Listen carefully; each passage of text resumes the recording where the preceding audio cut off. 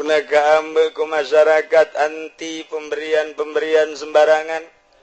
Ruhna kaambe ku masyarakat ternyata aya waroan di jerona.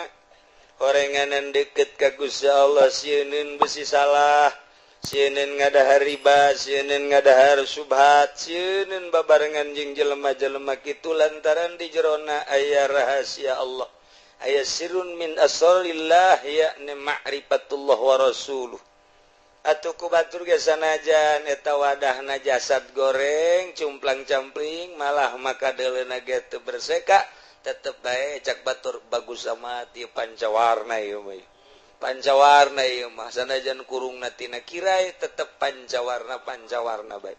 Sanajan ieu kurungna tina kayu jati gereja-gereja bae, manuk gereja. Aduh, barang dideleuy kurungna bagus, manukna manuk kerak. Beuki tai manuk kerak. Dibere ku Ismet ditarima bae. Dibere ku Jaki, pud tarima ulah pud. Aduh. Awas si gade sembarangan dah barang dahar ieu kerak. Lamun geus ngeusi nu ngeusian awak teh ieu berstatus kerak engkena bakalna dilelewe ku batur kajen ku kumaha. Kitulah ahli makrifat nyaritakeun wadah. Ulah kaget lamun diri urang ku batur teu diambean meureun ieu teh kadeuleu ku mata batin batur horenganan di jerona urang teh akur jeung nyana. Mun nyana ngridit urang biangna. Mun nyada resep bang urang bapakna. Mun nyana resep disumbang urang mah proposalna geus leuwih ti heula. Batur teh nutupan irung bau bentek. Kitulah sing hade ieu wawadahan diperjelas ku ahli marifat mah. Lah cenah aing momal ngaji minggu hareup los. Sia teu ngaji ke gaji. Los ya eusian ku gareja. Eusian ku kerak bila perlu toed. Ada rese jasa ngaji lamun geus ngaji batin kena kabeh. Ih syararieun jasa. Komol terus macaan Imam Ghazali. Geus nyaritakeun macaan Imam Kusyairi geus kos kitu bae urang benerna hirup teh. Ketika urang ngarasa teu bener justru rahmat Allah nempel di dinya. Ketika urang ngarasa bener ujub nu aya di dinya lah rahmat Allah ngajauhan ka urang. Tuh kitu tinggal kitu bae teh mah. Masyaallah. Nah ieu wadah. Wadah kahiji adalah asbah awak. Wadah kedua adalah azminah. Wadah katilu adalah amkinah. Salilana cek ahli makulat ma urang moal kaluar tidinya. Lantaran innal makulatil ladaihim tusaru fil asri wa hiya aradun wa jauhar. Moal kaluar urang teh ti arad jeung johar, ai johar maqama binafsi, ai arad maqama bi ghairi.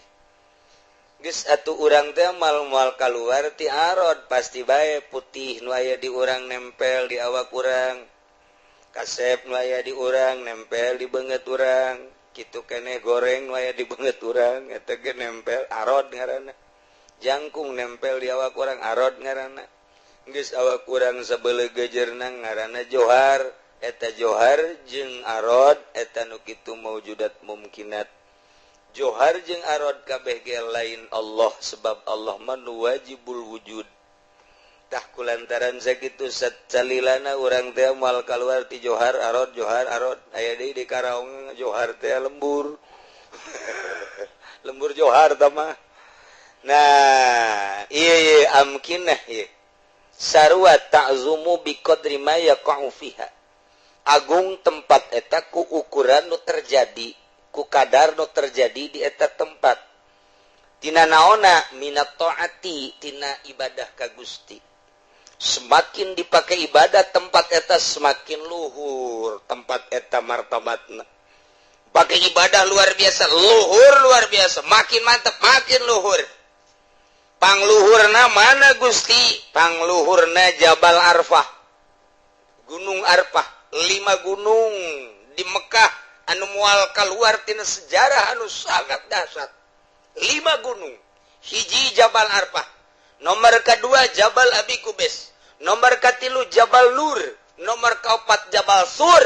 nomor kalima Jabal Kurban 5 gunung encan jeung gunung santri di Mekah di Mekah doang tah sejarah eta mah geus hese nyaritakeun keagungan gunung nu 5 eta mah urang nyaritakeun gunung Arfah behelanan hiji begitu Kangjeng Nabi Adam diturunkeun di Hindi let plek Ibu Hawa di Jeddah terus sataranjang kabeh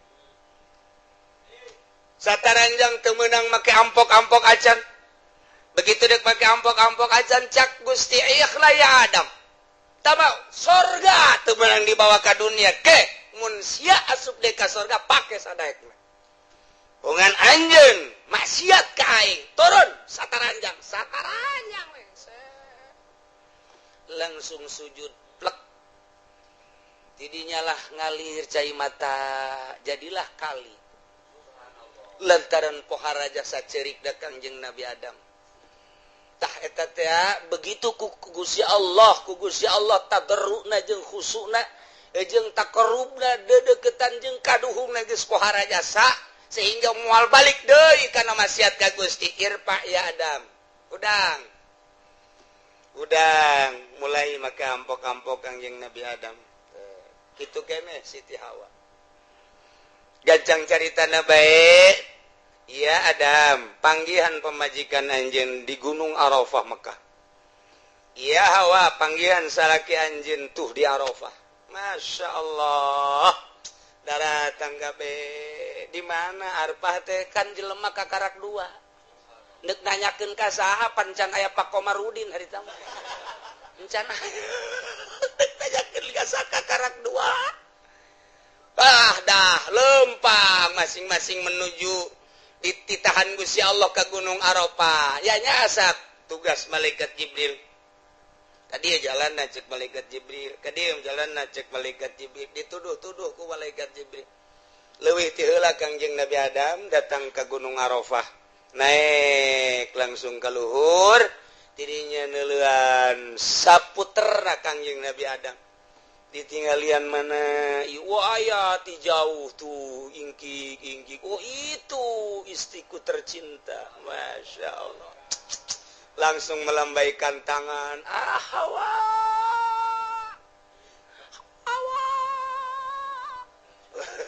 kadeye ku Siti Hawa oh suamiku Adam tercinta lompat oh Romiuli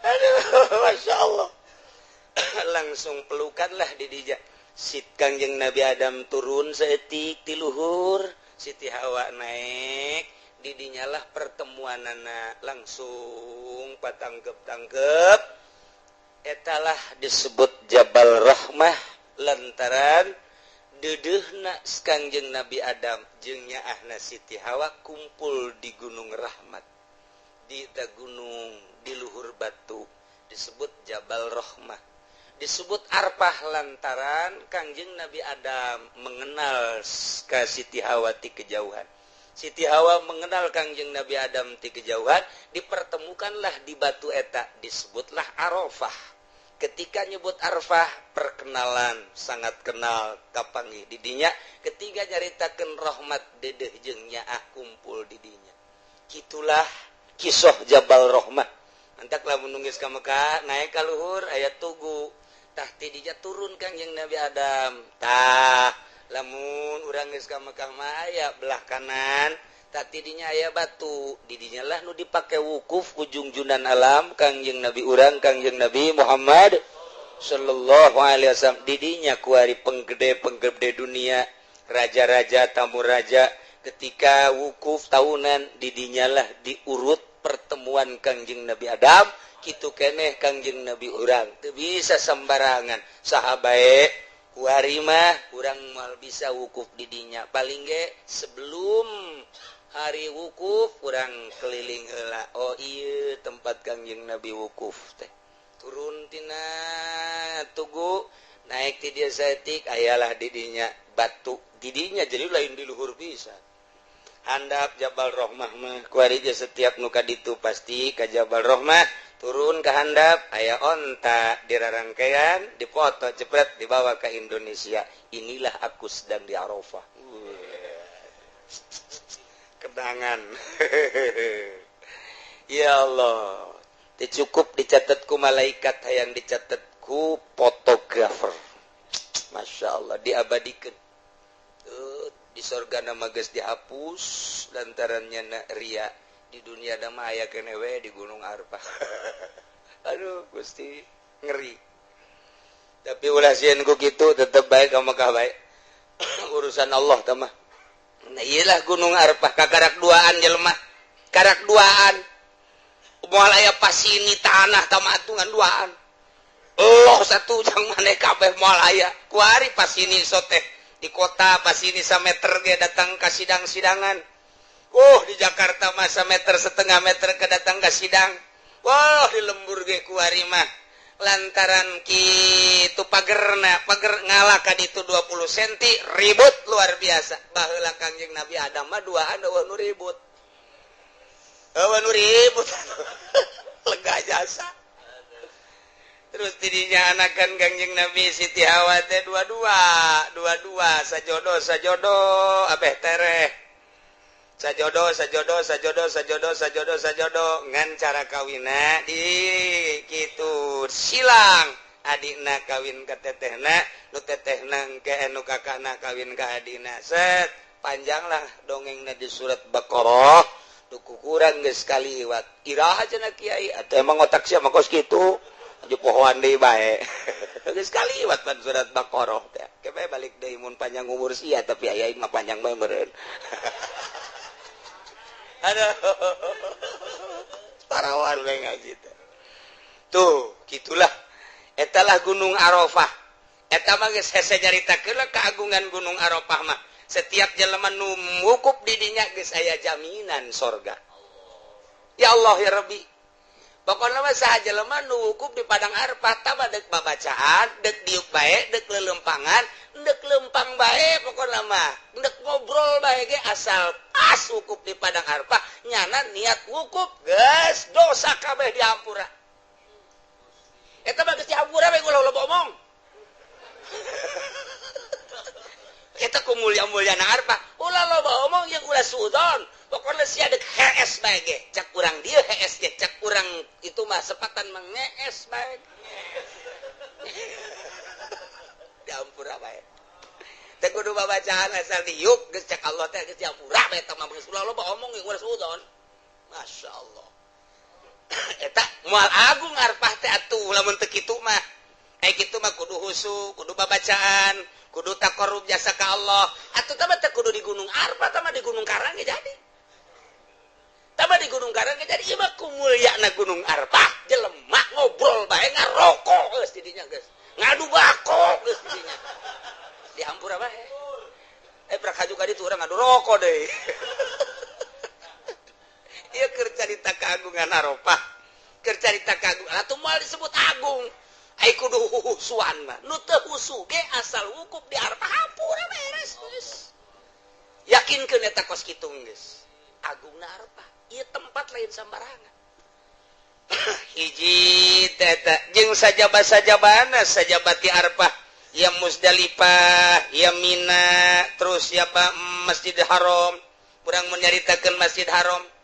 Mana masjid? Anu sarakaat dibayar 100.000 rakaat. Mana negara numun sodako saperak dibayar 100.000 perak. Mana negara jeung tempat nu lamun urang maca tasbih hiji dibayar 100.000. Mana negara jeung tempat mun urang saquran tamat dibayar 100.000 Quran. Ya Allah ya Rabbi. Moal aya min aybaladin kana mana negara anu lamun dilaksanakan ibadah sahiji dibayar 100.000 moal aya kecuali Masjidil Haram. Mantak waduh nu ka Mekah salat da loba jasa. Balik di Mekah geus teu saralat. Lantaran geus loba jasa cek. Gusti Allah. Lain kos kitu nyaritakeun agungna haram.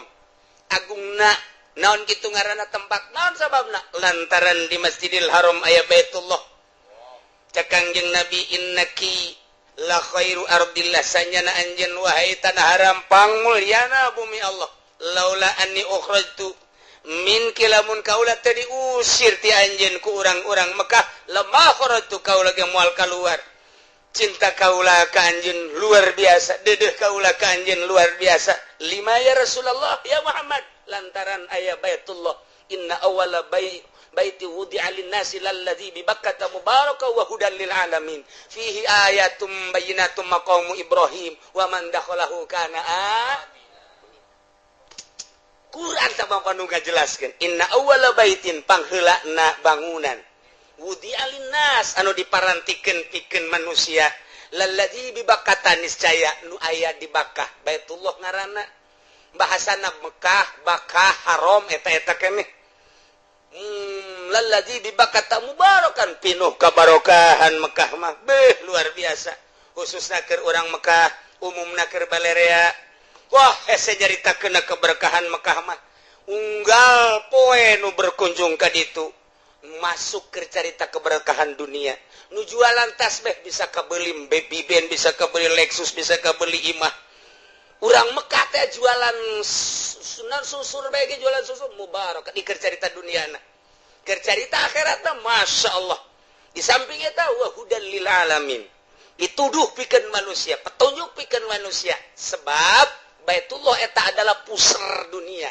lamun hayang nyaho pusarna dunia adalah Baitullah mun teu percaya ukur cek ahli palak mah ukur coba ge ka kaler ka wetan ka kidul ka kulon bakal akur bae eta bantak aya dina ilmu palak mun urang salat di pelebah muqabalah jeung Baitullah tadi dia ye pan ieu buleud cek ahli palak mah buleud dunia teh bumi teh buleud Baitullah di dieu urang salat di belah dieu tak dek yang hareup ka mamana gelos lantaran ka dieu akur ka dieu akur ka ditu akur ka dieu akur mun bisa mah yuk urang ukur bebarengan yuk